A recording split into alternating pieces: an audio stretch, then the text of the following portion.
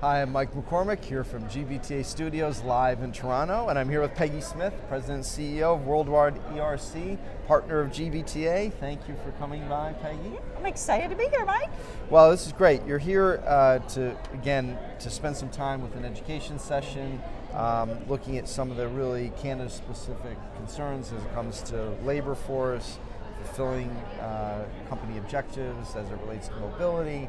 So talk a little bit about that session and what you hope people will come away with. Well, I don't want to give away all the secret sauce because people won't show up. You know how that goes.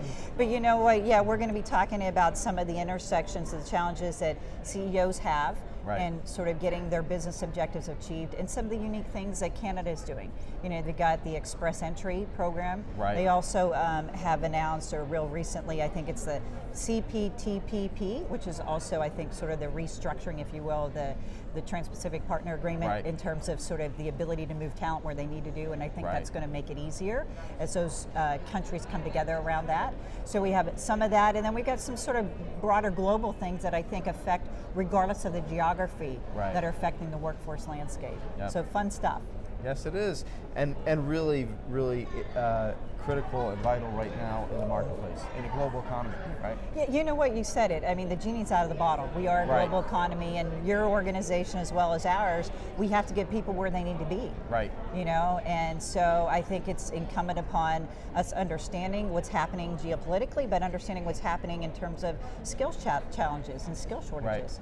Yeah, and what's interesting, I mean, you know, we've both been doing, you know, in the industry, been doing this for some time.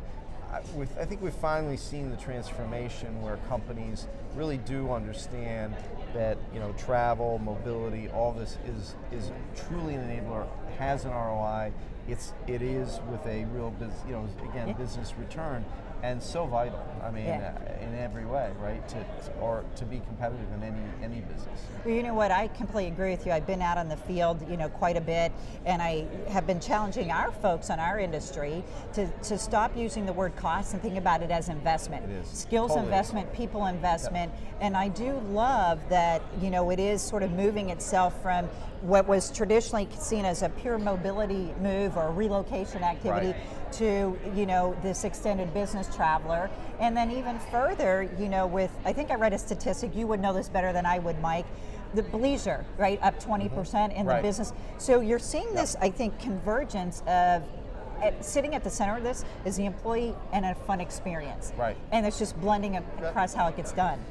And then for the company or the corporation, it's like, you know, the challenges of kind of trying to sort through all that from a risk perspective, from a, you know, where's the liability begin and end? You know, the lines are blurred in many ways. And again, it's, in its best sense, it's terrific because it's, you know, a way, again, that you keep people motivated and engaged, But on the flip side, there are risks, You know, you're absolutely right. I think, you know, if I could harken back many years ago to 9/11, 9/11 sort of first brought on the lens of this duty of care.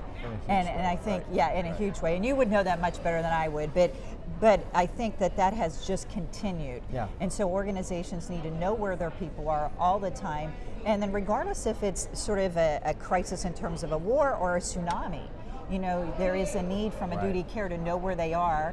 And then sort of backdropping that is understanding the compliance landscape relative to work permits and visas. Well, sure, It's a complicated world for our friends. It is, it certainly is. And for the people that, you know, again, our members that are sitting right at the epicenter of all this in their companies, So where's the opportunity looking ahead next few years? What's the opportunity for, you know, the buyers in these roles, the you know, people in our industry?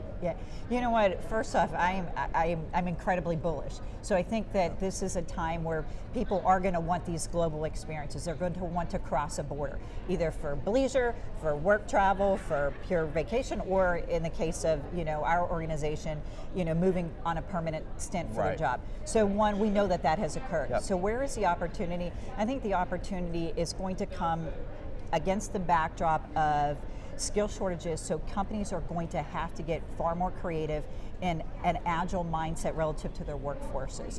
So the ability to bring in giggers, freelancers, move them in and move them out, change the org design to be more project focused rather than typical hierarchical. Right. So from my perspective, the opportunity is going to lie in the little bit of, maybe not a little bit, but the chaos that are ahead of us. Right. Because people are going to need to scramble. Right. Organizations are going to need to scramble to get to the business objectives. AI is going to have a role in that, but that's not going to completely take it over. Right. Yeah. Lot to consider. Yeah. You know what? I look forward to a flight when I'm sitting next to a robot. It's going to happen, Mike. You know it's going to happen. Well, as always, great insights, Peggy. Thank you for being here. Thank you for contributing as a part of our conference here.